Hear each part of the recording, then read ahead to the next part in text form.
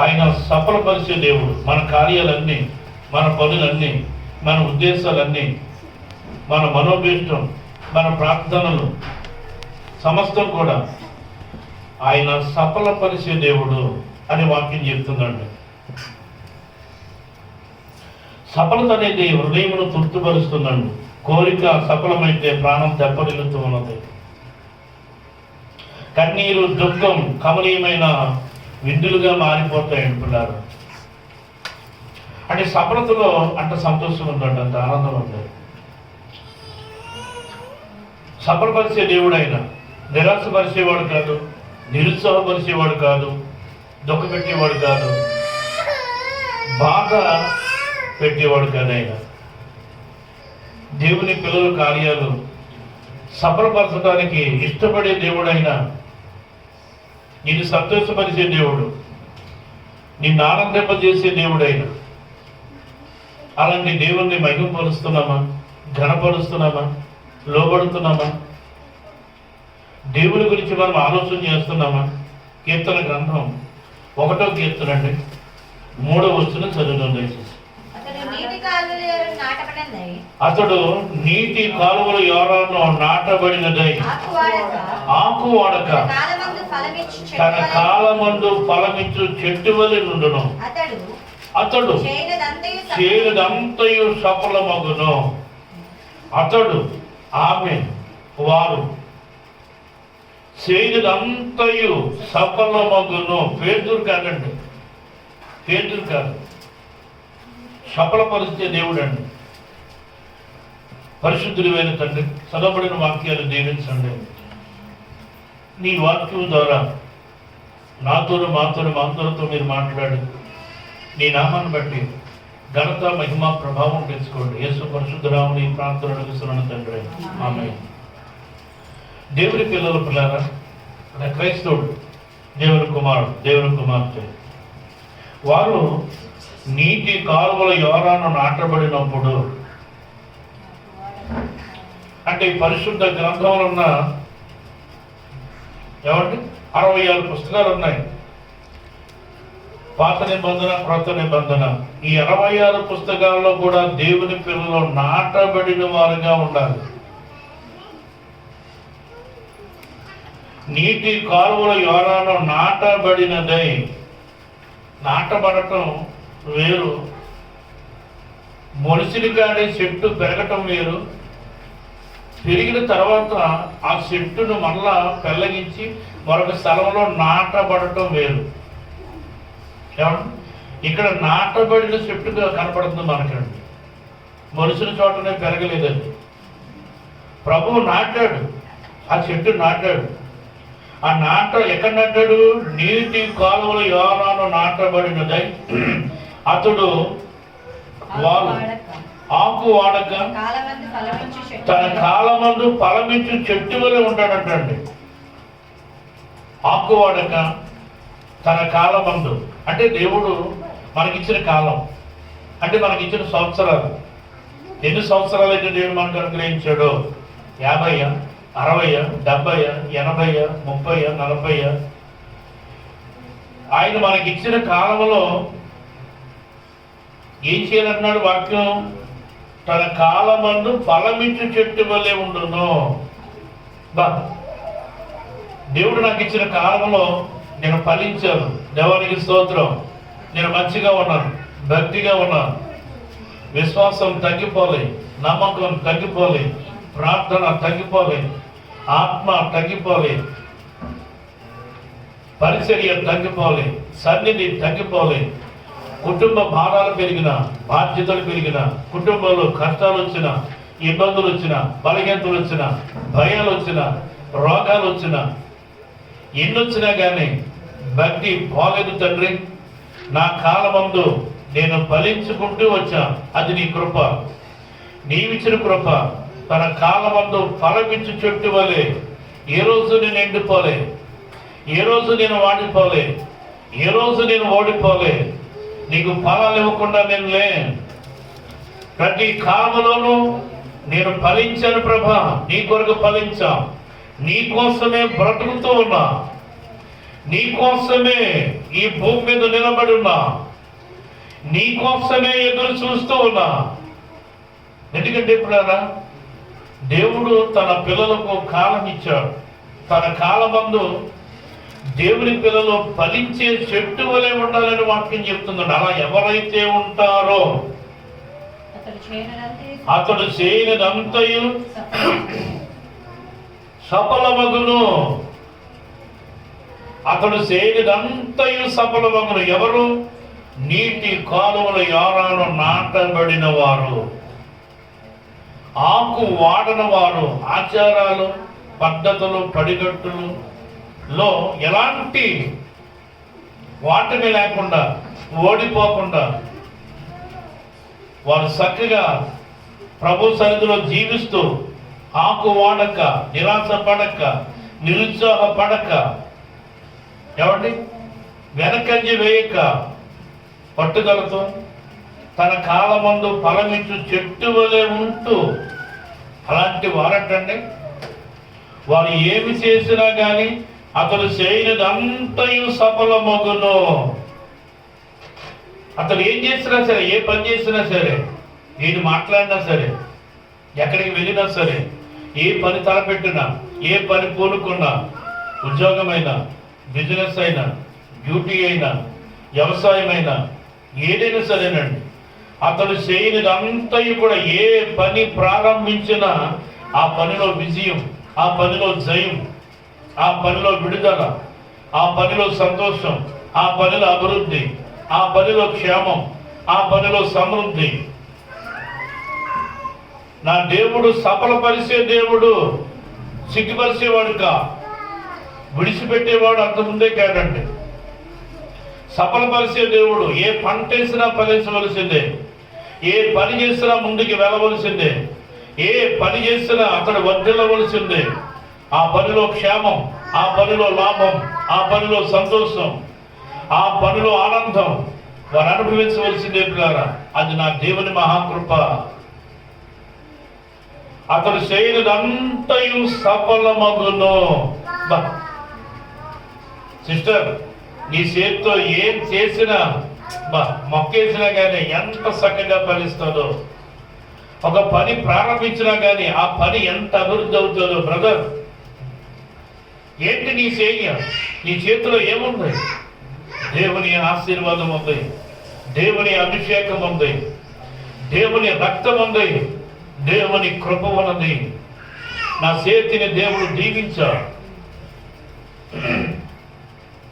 నా చేతి పనిని నా దేవుడు ఆశీర్వదించాడు. అతడు చేయనిదంతయు సఫలపరచబడును. తన చేతితో ఏ పని చేసినా, నీ చేతులకు వచ్చిన ఏ పనైనను నీ శక్తి లోపము లేకుండా పని చేయము అంటాడు ప్రసంగిలో. నీ చేతికి వచ్చిన ఏ పనైనను నీ శక్తి లోపము లేకుండా పని చేయము. శక్తి లోపం అంటే ఏంటి? అవిశ్వాసం కానీ, అనుమానం కానీ, అయ్యి బాబు ఈ పని నేను చేయలేను, ఇది నా వల్ల కాదు, నా రెక్కల్లో బలం లేదు, నా చేతుల్లో బలం లేదు, నా దేహంలో ఆరోగ్యం లేదు, ఇంత పని నేను చేయలేను, ఇంత వర్క్ నా వల్ల కాదు, ఇంత పొలం నేను దున్నలేను, ఇన్ని మొక్కలు నేను నాటలేను, ఇంత పైరు నేను చేయలేను, ఇంత మందు నేను చల్లలేను, ఇంత నీరు నేను కట్టలేను, ఇన్ని బట్టలు నేను కుట్టలేను, ఇంత వర్క్ నేను చేయలేను, నా వల్ల కాదు. నీ శక్తి లోపం లేకుండా పని చేయము. పనిలో పిరికోళ్ళు ఉంటారండి, చాలా మంది పనిలో పిరికోళ్ళు ఉంటారండి.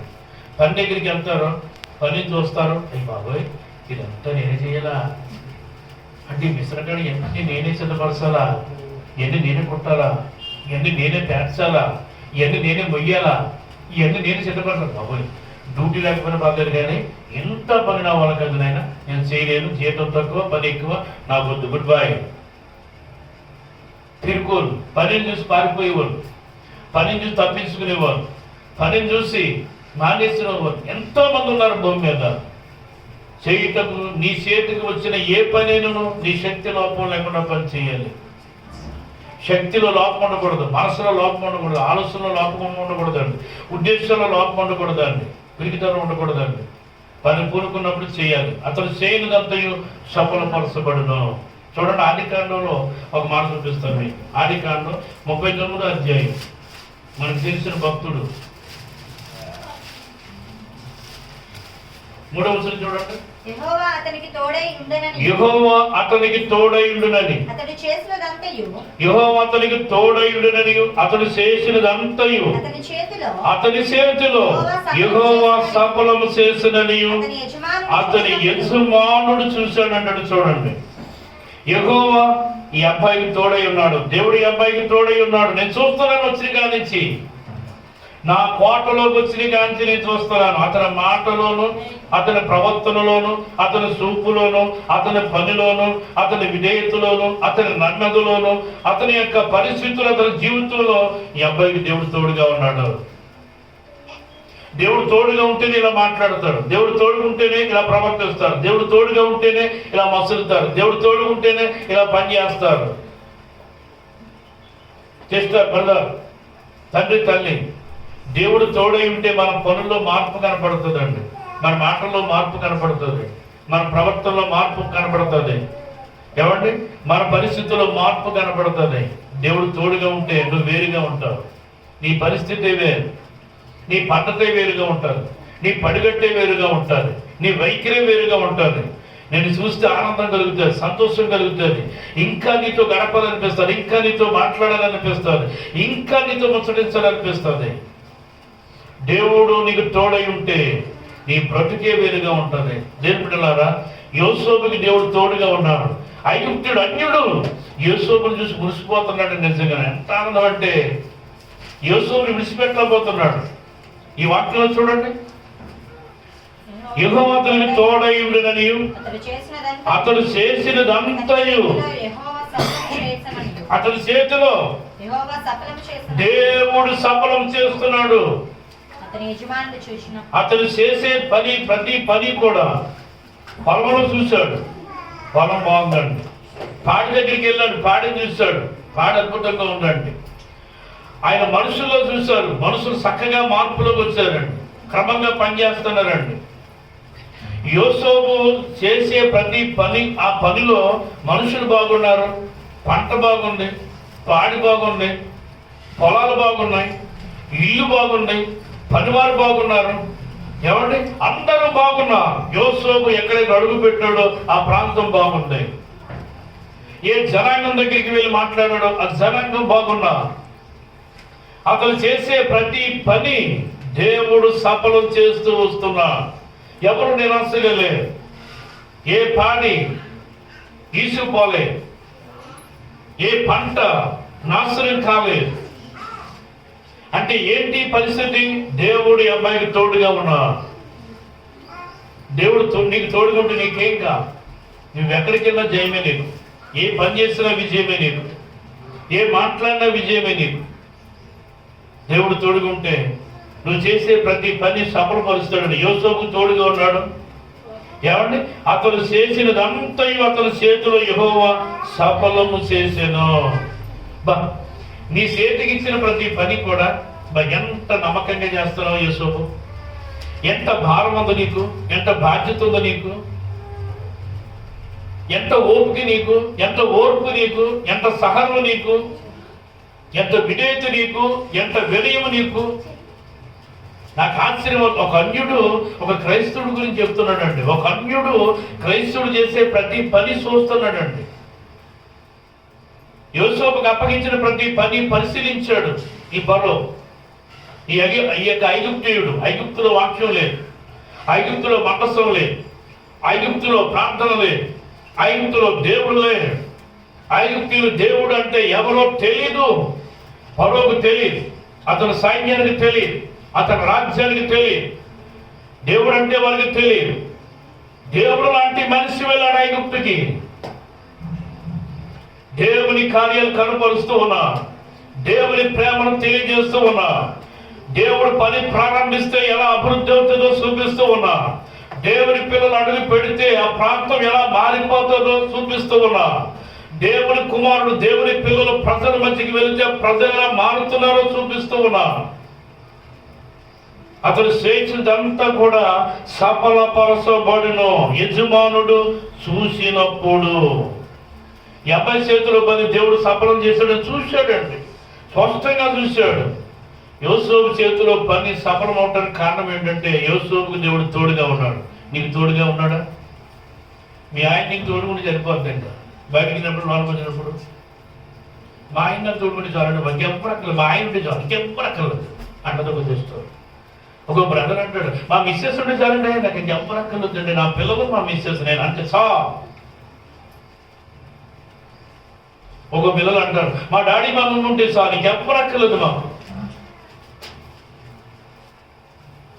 ఎందుకంటే ఇప్పుడు యోసేపుకి ఎవరు లేరు, తండ్రి దగ్గర లేడు, సహోదరుల దగ్గర లేరు, తల్లి దగ్గర లేదు, స్నేహితుల దగ్గర లేరు, బంధువుల దగ్గర లేరు, ఎవరు దగ్గర లేరు. యోసేపు దగ్గర దేవుడే ఉన్నాడు. యోసేపుతో దేవుడు ఉన్నాడు. పిల్లారా, ఎవ్వరు లేరండి. వీళ్ళందరూ ఉంటే దేవుడు మనతో ఉండడు. ఎందుకంటే మనం ఎంతో కాలం గడిపేస్తాం, మనం దేవుడితో గడపలేము మనం.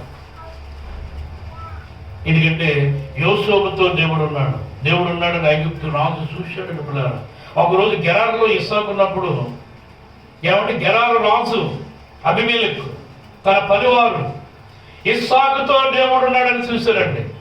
ఈ అబ్బాయితో దేవుడు ఉన్నాడు, అందుకనే పంట ఫలిస్తుంది. విత్తనం వేశాడు, నూరొంతుల పంట పండింది. సఫలపరిచాడు దేవుడు. పాడి బాగుంది, పంట బాగుంది, పొలం బాగుంది. నిజంగా అతను వేసిన మందు మనం వేసాం, అతను వేసిన నీరు మనం వేసాం, అతను కట్టిన నీరు మనం కట్టాం. అతను పనిచేసినట్టే మన వాళ్ళు కూడా పనిచేశారు. మన సేలెందుకు పండలేదు, మనకెందుకు ధాన్యం రాలేదు, మనకెందుకు సమృద్ధి లేదు, మన పనులు ఎందుకు సఫలం కాలేదు. ఇస్సాకు చేతిలో పని సఫలమైంది, సమృద్ధిగా పండాయి. నిజంగా ఈ అబ్బాయికి దేవుడు తోడుగా ఉన్నాడు. భయపడ్డాడు అబీమెలెకు రాజు. బాబులి గారు గొడవ పడ్డారు, పేసి పడ్డారు, సొంతం చేసుకున్నారు. కానీ తర్వాత ఇస్సాకుకి దేవుడు తోడుగా ఉండటం చూసి, అతను చేసే ప్రతి పని సఫలం అవటం చూసి రాజు భయపడ్డాడు, పనివారు భయపడ్డారు. ఆయన నీతో నాకు సమాధానం కావాలని ఇస్సాకు దగ్గరికి వచ్చాడు. పిల్లారు, ఒకరోజు సౌలు దావీదును చంపుతున్నప్పుడు, ఈట బలంగా ఇసిరినప్పుడు, దావీదు తప్పించుకున్నప్పుడు సౌలు భయపడ్డాడంటే ఎందుకు తెలుసా?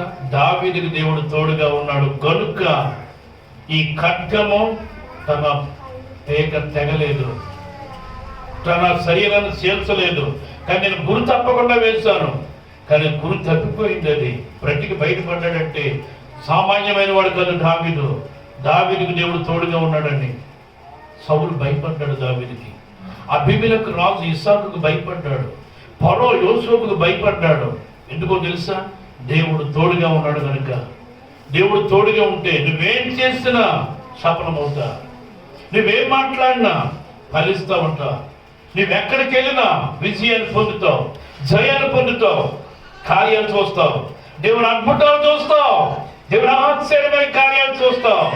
దేవుడు నీకు తోడుగా ఉన్నాడా? అయితే నువ్వు ఒక్కడివే వెళ్ళిపోతున్నావా? నువ్వు బయలుదేరి ఉండు ప్రభా, నువ్వు నాకు తోడై ఉండు ప్రభా, నువ్వు నాకు తోడై ఉండు ప్రభా, నీ సన్నిధి నాకు తోడుగా ఉంచండి, నీ దూతం నాకు తోడుగా ఉంచండి, నీ ప్రార్థనాత్మ నాకు తోడుగా ఉంచండి, నీ వాక్యాన్ని నాకు తోడుగా ఉంచండి, నీవే నాకు తోడై ఉండండి ప్రభా. దేవుడు తోడుగా ఉండాలి. మనుషుడు తోడు ఎంతవరకు? భార్యకి భర్త తోడు ఎంతవరకు? భర్తకి భార్య తోడు ఎంతవరకు?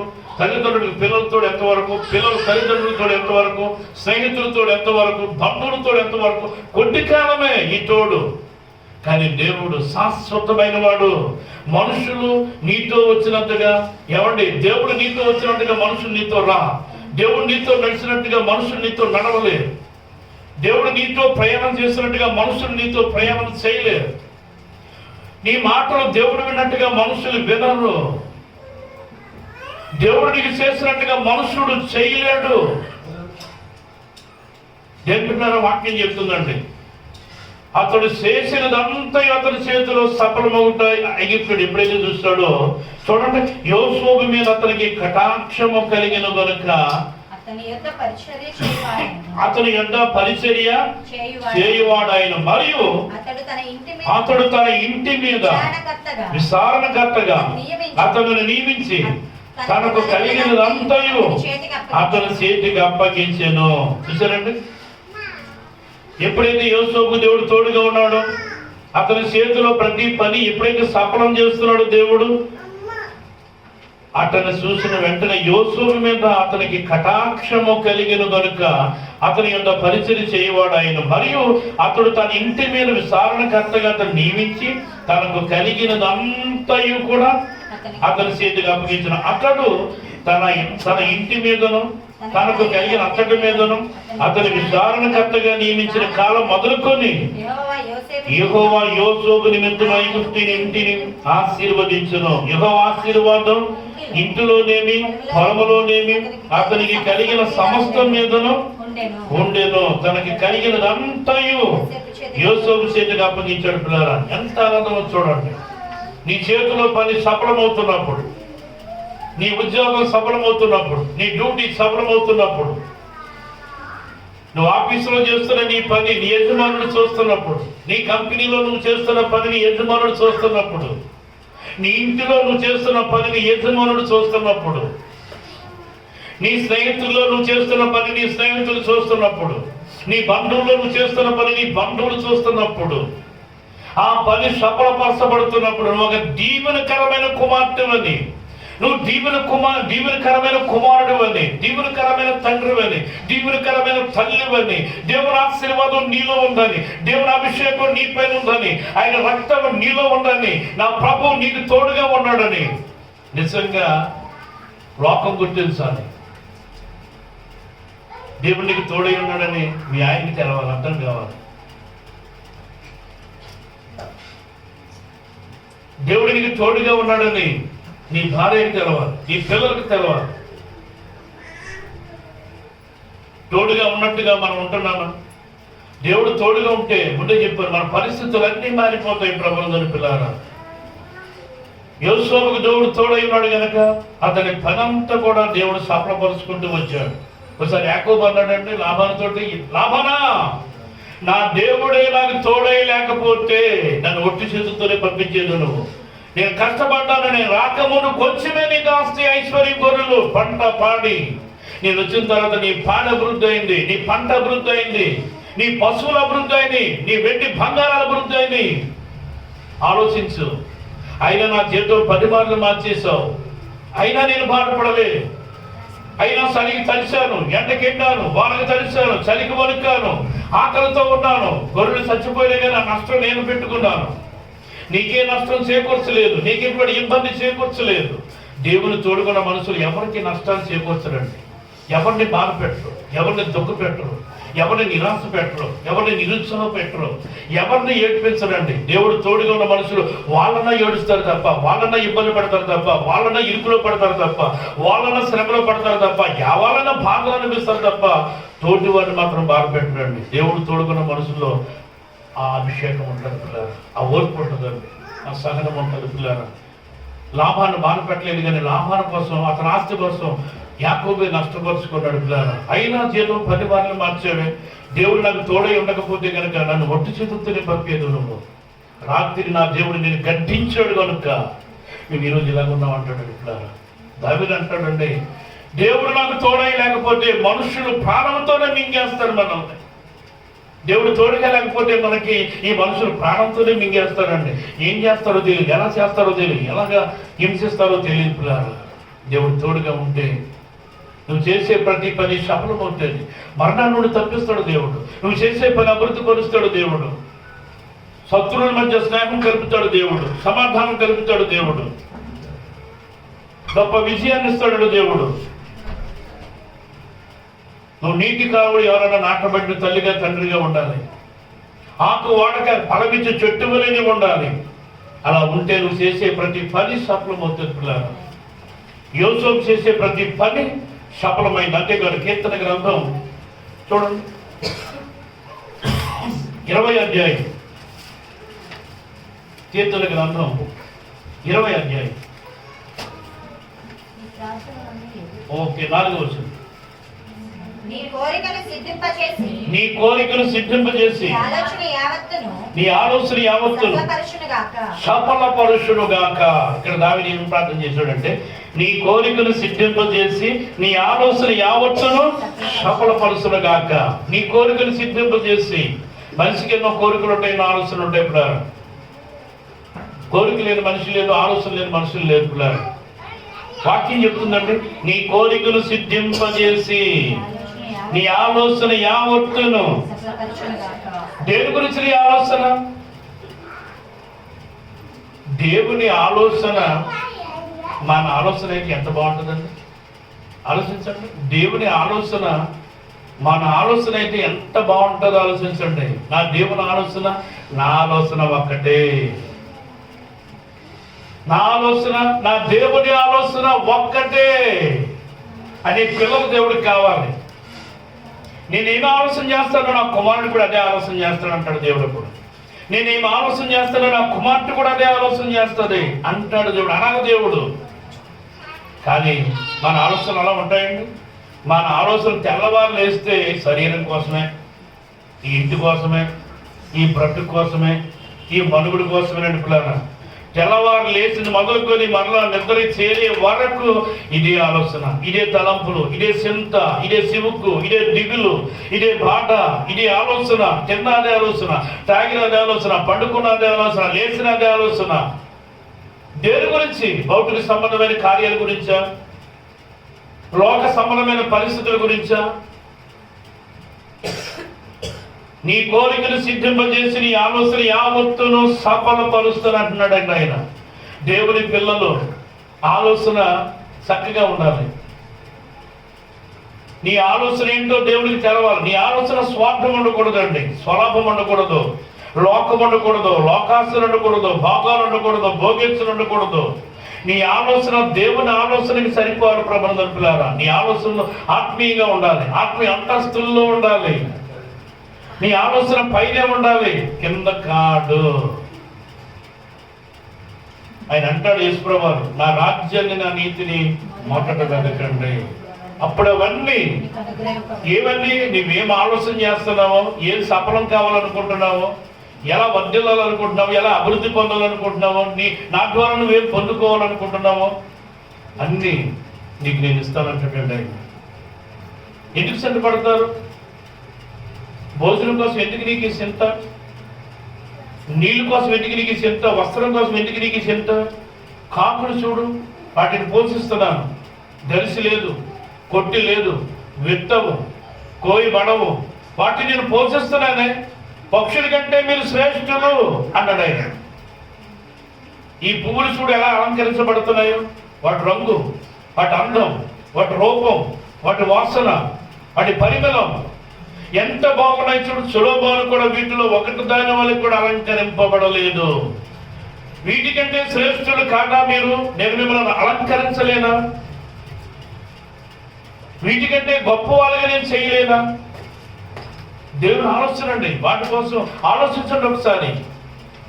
ఈ పువ్వుల కోసం ఆలోచించండి, ఈ కాకుల కోసం ఆలోచించండి, ఈ పిచ్చుకల కోసం ఆలోచించండి. వాటికి ఏమీ లేదు, ఆధారం లేదు. అయినాను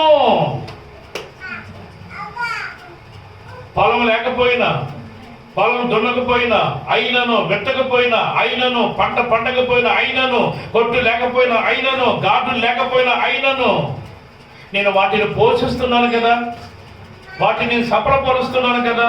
దేవుడి మాటలని ప్రభువుని పిల్లారా, మరి నీకెందుకు? దావీదు అదే ప్రార్థన చేశాడు, నీ కోరికను సిద్ధింపజేసి నీ ఆలోచన యావత్తును సఫలపరుస్తునుగాక.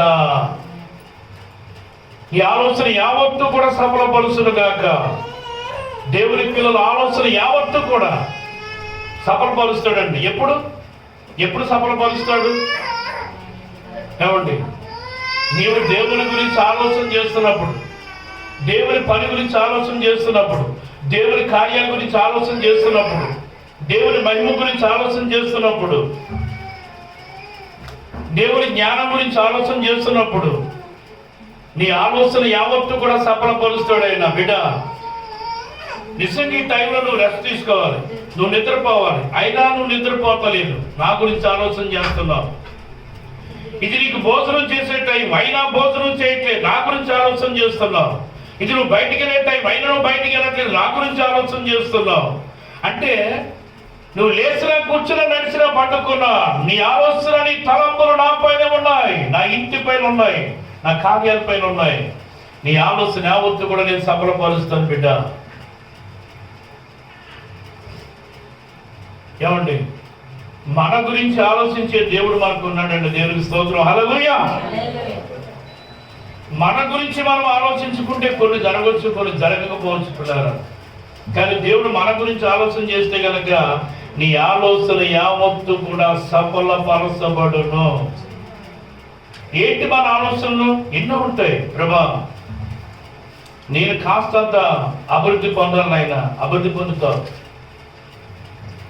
నేను మంచిగా ఉండాలి ప్రభా, నువ్వు మంచిగా ఉంటావు. నా కుటుంబం బాగుండాలి అయినా, నీ కుటుంబం బాగుంటుంది. నా పిల్లలు బాగుండాలి ప్రభా, నీ పిల్లలు బాగుంటారు. ఒక స్థితిలో ఉండాలి ప్రభా, ఒక స్థితిలో ఉంటారు. నేను నీ ద్వారా నేను కొన్ని ఈవులు పొందుకుంటావు. నీ ఆలోచన యావత్తు సఫలపరచబడును గాక.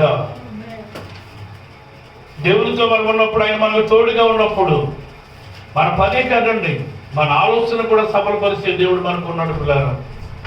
ఈ ఆలోచన యావత్తు సఫలపరచబడును గాక. ఏం పెట్టారా? నీ ఆలోచన ఏమై ఉంది? మంచిదేనా మన ఆలోచన? చెడు ఆలోచన లేదు కదా. ఒకసారి చెడుగా ఆలోచన చేస్తూ ఉంటాం మనం. మనుషుల పైన చెడు ఆలోచన చేస్తూ ఉంటాం. లోకం పైన చెడు ఆలోచన చేస్తూ ఉంటాం. పనుల పైన చెడుగా ఆలోచన చేస్తూ ఉంటాం. అవి తీసేయాలి. నీ ఆలోచన పరిశుద్ధంగా ఉండాలి, పవిత్రంగా ఉండాలి.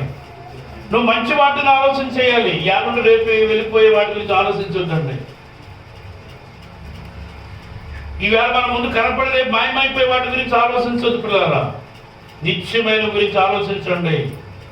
అక్షయమైన వాటి గురించి ఆలోచించండి. నీ ఆలోచన యావత్తు సఫలపరుచును గాక. మరి మాట్లాడుతూ చూడండి, కీర్తన గ్రంథంలోనే 25వ వచనం చూడండి. యెహోవా నీ రక్షణను బట్టి నేను ఉత్సాహించుచున్నాను. మా దేవుని నామమును బట్టి మా ధ్వజం ఎత్తుచున్నాం. నీ ప్రార్థనలన్నీ యెహోవా సఫలపరుచును గాక. నీ ఆలోచన యావత్తు కూడా దేవుడు సఫలపరుస్తాడు. నీ ప్రార్థనలన్నీ కూడా యెహోవా సఫలపరుచును గాక. నీకు అర్థమైందా? దేవుడు సఫలపరిచే ప్రార్థన చేయాలి. మనం ఏయో చేస్తూ ఉంటాం ప్రార్థనలు. ఏమండి, ఏయో చేస్తూ ఉంటాం ప్రార్థనలో. ఏయో ప్రార్థనలు కాదండి, ప్రార్థనే కదా అనుకుంటాం మనం. ప్రార్థనే కదా, ప్రార్థన చేస్తున్నాను, ప్రార్థన చేస్తాను చాలు ప్రభా. ప్రార్థన ఎలాంటి ప్రార్థన చేయాలి? దేవుడు వినే ప్రార్థన చేయాలి. నీ ప్రార్థన దేవుడు వినాలి. వింటున్నాడో లేదు ఎప్పుడన్నా ఆలోచించుకున్నావా? నీ ప్రార్థన సఫలపరచబడును గాక అన్నాడు దేవుడు. అంటే నువ్వు చేస్తున్న ప్రార్థన దేవుడు విన్నాడు. విన్న ప్రార్థన ప్రకారంగా నీకు జరిగిస్తాడు దేవుడు. దేవుని స్తోత్రం. నీ ప్రార్థన సఫలపరచబడాలి. అది ఉపవాస ప్రార్థన అయినా, అది కన్నీటి ప్రార్థన అయినా, అది దుఃఖంతో కూడిన ప్రార్థన అయినా, అది వేదనతో కూడిన ప్రార్థన అయినా, అది సంతోషంతో కూడిన ప్రార్థన అయినా, అది ఎలాంటి ప్రార్థన అయినా నీ ప్రార్థన సఫలం కావాలి పిల్లరా. నీ ప్రార్థన సఫలం కావాలి. నీ ప్రార్థనలన్నీ యెహోవా సఫలపరుచును గాక. సఫలపరచబడాలి. హిజ్కియా ప్రార్థన విన్నాడు, తన కార్యాన్ని సఫలం చేశాడు. దావీదు ప్రార్థన విన్నాడు, తన కార్యాన్ని సఫలం చేశాడు. అన్న ప్రార్థన విన్నాడు, తన కార్యాన్ని సఫలం చేశాడు. ఇస్సాకు ప్రార్థన విన్నాడు, తన కార్యాన్ని సఫలం చేశాడు. అబ్రహాం ప్రార్థన విన్నాడు, తన కార్యాన్ని సఫలం చేశాడు. పితరుల ప్రార్థన, ప్రవక్తల ప్రార్థన, ఆదిమ సంఘ ప్రార్థన, శిష్యుల ప్రార్థన నా ప్రభు విన్నాడు పిల్లారా. విని వారి ప్రార్థనలను సఫలపరుస్తున్నాడు పిల్లారా. ఈరోజు నీ ప్రార్థన వింటాడు పిల్లారా. సఫలపరచబడే ప్రార్థన చేయాలి.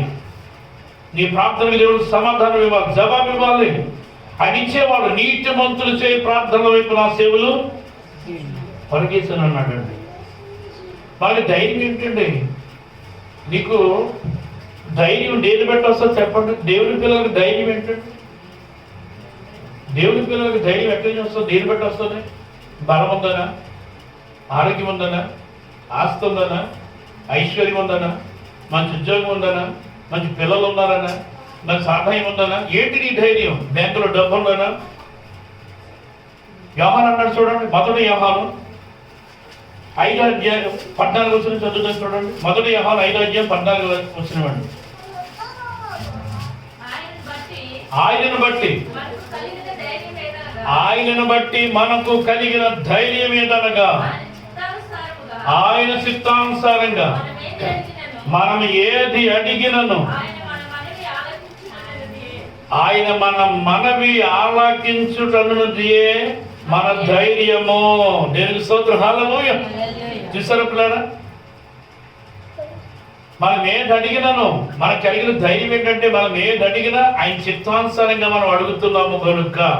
అంటే మీకు అర్థమైందా? ఆయన చిత్తానుసారంగా చేసే ప్రార్థనలు సఫలపరచబడును.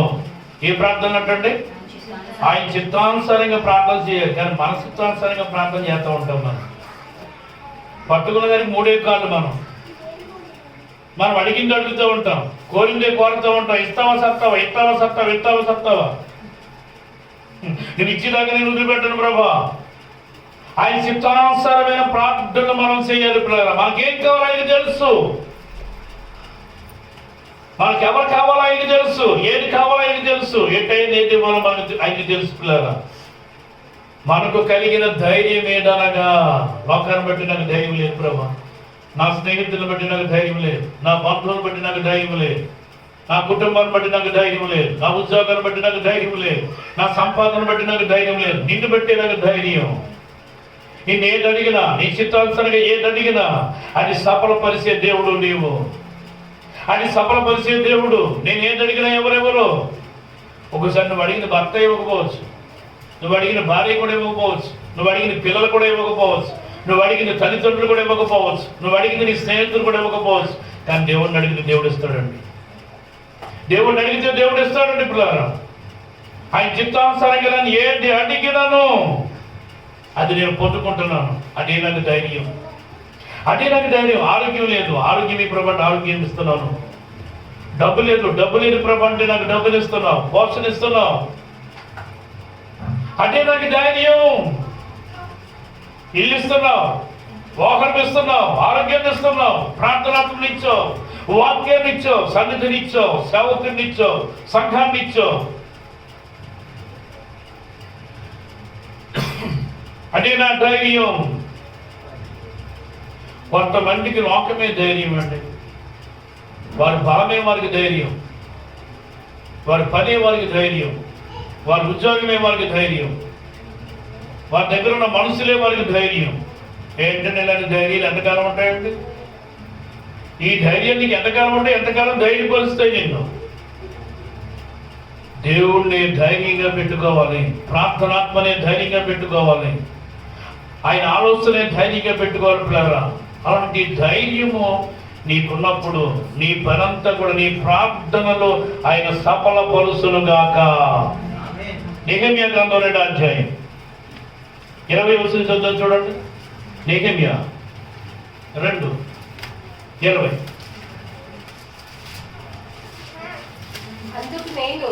అందుకు నేను ఆకాశమందు నివాసి అయిన దేవుడు తానే మా యత్నమును సఫలము చేయును గనుక దాసులమైన మేము కట్టుటకు పూనుకొనుచున్నాము. యెరూషలేమునందు మాకు భాగమైనను స్వతంత్రమైనను జ్ఞాపక సూచికైనను లేదని ప్రత్యుత్తరం ఇచ్చింది. ఎందుకంటే అందుకు నేను ఆకాశమందు నివాసైన దేవుడు తానే మా ప్రయత్నములన్నీ సఫలము చేయును గనుక. మా ప్రయత్నాలన్నీ కూడా నా పరలోకమున తండ్రి సఫలం చేస్తున్నాడు. నా ప్రయత్నాలు ఏం ప్రయత్నం? ఉద్యోగం కోసం ప్రయత్నం చేస్తున్నావా? ఇల్లు కట్టడం కోసం ప్రయత్నం చేస్తున్నావా? నీ ఆరోగ్యం కోసం ప్రయత్నం చేస్తున్నావా? పిల్లల కోసం ప్రయత్నం చేస్తున్నావా? భయభక్తుల కోసం ప్రయత్నం చేస్తున్నావా? దేవుని సన్నిధిలో ఎదగటం కోసం ప్రయత్నం చేస్తున్నావా? దేవుని సన్నిధిని కట్టడం కోసం ప్రయత్నం చేస్తున్నావా? మంచిగా ఉండాలండి, మన ప్రయత్నాలు మంచిగా ఉండాలి. లోపం కోసం ప్రయత్నం చేయకు, మనుషుడి కోసం ప్రయత్నం చేయకు, పాపం కోసం ప్రయత్నం చేయకు, మోసం కోసం ప్రయత్నం చేయకు, అబద్ధం కోసం ప్రయత్నం చేయకు, అన్యాయం కోసం ప్రయత్నం చేయొద్దండి. ఎందుకంటే నీ ప్రయత్నాలన్నీ కూడా యెహోవా సఫలపరచబడును గాక. ఏంటి నెహెమ్యా ప్రయత్నం అంటే ప్రాకార గోడలు కట్టాలి. యెరూషలేము గోడలు కట్టాలి. ప్రభువునందు పిల్లారా, కట్టుటకు పూనుకొనము యెహోవా నీకు తోడైయుండును గాక. నీ ప్రయత్నాలు గోడలు కట్టాలి, మందిరం ఎలా కట్టాలి, దేవుని పని ఎలా కట్టాలి, వ్యక్తులను ఎలా కట్టాలి, కుటుంబాన్ని ఎలా కట్టుకోవాలి, సంఘాన్ని ఎలా కట్టాలి, సమాజాన్ని ఎలా కట్టాలి, ఆత్మీయతను ఎలా కట్టుకోవాలి, పరిశుద్ధతను ఎలా కట్టుకోవాలి. నీ ప్రయత్నాలన్నీ కూడా యెహోవా సఫలపరుచును గాక. దేవుని పని కట్టడానికి నువ్వు ప్రయత్నం చేస్తుంటే, నీకు నీవుగా దేవుని పనిలో కట్టుకోవడానికి నువ్వు ప్రయత్నం చేస్తుంటే, ఎదగటానికి ప్రయత్నం చేస్తుంటే, నీ ప్రయత్నం దేవుడు సఫలం చేస్తాడు. మంచి తండ్రిగా, మంచి తల్లిగా నువ్వు కట్టబడతావు. క్రీస్తు అనే బండ మీద నీ ఇల్లు కట్టుకోవడానికి ప్రయత్నం చేస్తున్నప్పుడు నిజంగా క్రీస్తు అనే బండ మీద ఇల్లు కట్టబడుతుంది. నీ భర్త బాగుంటాడు, నువ్వు బాగుంటావు, నీ పిల్లలు బాగుంటారు, నీ కుటుంబం బాగుంటుంది, నీ ఉద్యోగం బాగుంటుంది. దేవుడు నీకు తోడుగా ఉంటాడు. ప్రభువునందు పిల్లారా, ఆయన సఫలపరిచే దేవుడు, నీ పనులు సఫలపరిచే దేవుడు, నీ ప్రార్థన సఫలపరిచే దేవుడు, నీ ఆలోచన సఫలపరిచే దేవుడు. నీ ప్రయత్నాలన్నీ కూడా సఫలపరిచే దేవుడు ఆయన. నీ ఉద్దేశాలన్నీ సఫలపరుస్తాను అన్నాడు ఒక చోట. నీ ఉద్దేశాలన్నీ సఫలపరుస్తాను నేను. ఉద్దేశాలు, మన ఉద్దేశాలు ఏమై ఉన్నాయి? మన ఉద్దేశాలు ఆత్మ సంబంధంగా ఉన్నాయా? దేవుడు అంటాడండి, దావీదు నా ఉద్దేశాలన్నీ ఎరిగినవాడు, నా ఉద్దేశాల ప్రకారంగా జీవించేవాడు, నా ఉద్దేశాలు ఎరిగినవాడు నా దావీదు. నా దావీదు ఉద్దేశాలని నేను సఫలపరుస్తాను. నా దావీదు నేను రాజుగా చేస్తాను. నా దావీదు నేను హెచ్చిస్తాను. నా దావీదు ఉద్దేశం మంచిది నా పట్ల, నా పిల్లల పట్ల, నా రాజ్యం పట్ల. అతడు నా ఉద్దేశాలన్నీ ఎరిగినవాడు. దేవుని ఉద్దేశాలు నీకు తెలుసా? దేవునికి ఏమి ఇష్టమో నీకు తెలుసా? దావీదుకి తెలుసండి. దావీదుకి దేవుని యొక్క ఉద్దేశాలని తెలుసు కనుక దావీదు ఉద్దేశాలని కూడా దేవుడు సఫలపరిచాడు. దేని బిడ్డారా, దేవుని యొక్క ఉద్దేశాలు మనకు తెలవాలి, ఆలోచించాలి. ఎంతసేపు మనుషుల ఉద్దేశాల కోసమే ఆలోచించొద్దండి, మనుషుల కోసమే ఆలోచించొద్దండి. దేవుని కొరకు ఆలోచించాలి, దేవుని కార్యాల కొరకు ఆలోచించాలి. నీ మనోభీష్టము సఫలపరుచును గాక అంటాడు చోట. నీ మనోభీష్టము సఫలపరుచును గాక. ఎక్కడ ఉందండి ఈ మాట? చూపిస్తాను చూడండి. కీర్తన గ్రంథం 21:2 చూడండి. కీర్తన 21:2. నీ మనోభీష్టమును సఫలపరుస్తాడు అంటున్నాడు అక్కడ. చదవండి మాట. అతడి మనోభీష్టమును సఫలము చేయుచున్నాము. మనోభీష్టం అంటే ఏంటండి? మనోవాంఛ అంటే సిద్ధపరిచిన మనోవాంఛ. బైబిల్లో ఏంటంటే మనోవాంఛ అంటే జీవవృక్షము అని రాసి ఉందండి. జీవవృక్షము అంటే నీ మనోవాంఛను, నీ మనోభీష్టమును సఫలం చేస్తాడన్నాడండి. నీ మనోభీష్టం అంటే మనోవాంఛ. అంటే నీ మనోవాంఛ ఏంటి అంటే నీ హృదయంలో నీకు ఇష్టమైన కోరిక నేను సఫలం చేస్తాను నేను. అదే మనోవాంఛ. నీ హృదయంలో ఏదైతే నీవు ఇష్టంగా పెట్టుకున్నావో, ఏ కోరిక నెరవేరాలని, ఏ ఉద్దేశం నెరవేరాలని అనుకుంటున్నావో, నీ మనోవాంఛను నేను సఫలం చేస్తాను. నేను నీకున్నాను, నా కుమారుడు నా కుమార్తె, నేను నీకు సఫలం చేస్తాను. భయపడకు, దిగులు పడకు, చింతించకు. ఎందుకంటే సామెతల గ్రంథంలో అంటారు దానికి సమాధానం 13:12. సామెతలు 13:12. కోరిక సఫలము కాకుండా చేత, కోరిక సఫలము కాకుండా చేత హృదయం నచ్చును. చూసారండి, ఒకసారి కోరిక సఫలం అవ్వకపోతే హృదయం నొచ్చుకుంటది. సిద్ధించిన మనోవాంఛ, సిద్ధించిన మనోవాంఛ జీవవృక్షము. జీవవృక్షం. సిద్ధించిన మనోవాంఛ అంటాడు, జీవవృక్షం అంటాడు. జీవవృక్షానికి తిరిగి లేదు, దానికి మరణం లేదు. జీవవృక్షానికి మరణం లేదు, జీవవృక్షానికి వాటం లేదు, జీవవృక్షంలో లోకం లేదు, జీవవృక్షంలో లోక ఆశలు లేవు, లోక భోగాలు లేవు పిల్లారా. అని జీవవృక్షం. మనోవాంఛ అంటే జీవవృక్షం. నీ హృదయంలో మనోవాంఛ జీవవృక్షమై ఉండాలి. నిజంగా నీ మనోవాంఛను సఫలపరిచే దేవుడు ఆయన. సఫలపరుస్తాడండి. ఎంత గొప్ప దేవుడైనా, ఎంత ఆశ్చర్యకరమైన దేవుడైనా. చాలా మంది బాధపడతాం, ఎందుకంటే ఈ పనులు అవుతలేదు, ఈ కార్యాలు అవ్వట్లేదు. దేవుడు ఎప్పుడు చేస్తాడు? ప్రతి కార్యాన్ని సఫలం చేస్తాడు, ప్రతి ఆలోచన సఫలం చేస్తాడు, ప్రతి ప్రార్థన సఫలం చేస్తాడు. నీ ప్రార్థన వ్యర్థం కాదు, నీ పనులు వ్యర్థం కాదు, నీ ఉద్దేశాలు వ్యర్థం కాదు, నీ ఆలోచనలు వ్యర్థం కాదు, నీ నిర్ణయాలు వ్యర్థం కాదు, ఏది వ్యర్థం కాదు. పిల్లారా, నువ్వు దేవుడితో ఉన్నప్పుడు, నువ్వు దేవుడు నీతో ఉన్నప్పుడు అవన్నీ కూడా దేవుడు సఫలపరుస్తాడండి. సఫలపరుస్తాడు. ఒక రోజు ఉంది, ఒక సమయం ఉంది, అద్భుతాలు జరిగే సమయం ఉంది, ఆశ్చర్యకరం జరిగించే సమయం ఉంది, సఫలం చేసే సమయం ఉంది, అభివృద్ధి పొందే సమయం ఉంది. ఆ సమయంలో నేను సఫలం పరిచే నా దేవుడు నిజంగా నీకు తోడై ఉండాలి. ఆ దేవుడు నీకు తోడై ఉంటే నీ చేతిలో ఉన్న ప్రతి పని సఫలపరచబడును. నీ మనోవాంఛ సఫలపరచబడుతుంది. నీ కోరిక యావత్తును సిద్ధింపజేయబడుతుంది. పిల్లలు, నీటి కాలువల యారాను నాటబడిన వారిగా ఉండాలి. వాడిపోకుండా, ఓడిపోకుండా, సొమ్ముచిలిపోకుండా, సూలిపోకుండా చక్కగా దేవుడు నీకు ఇచ్చిన కాలంలో నువ్వు ఫలాలు ఫలిస్తూ ఉండాలి. దేవుడు నీకు తోడై ఉంటాడు. నువ్వు చేసే ప్రతి పని కూడా దేవుడు సఫలం చేస్తాడు. సఫలం చేస్తాడు. సఫలం చేస్తాడు. ఆయనతోనే ఉండాలి. ఆయనకి తోడుగా ఉండాలి. దేవుడి మాటలు దీవించును గాక. ఆమేన్.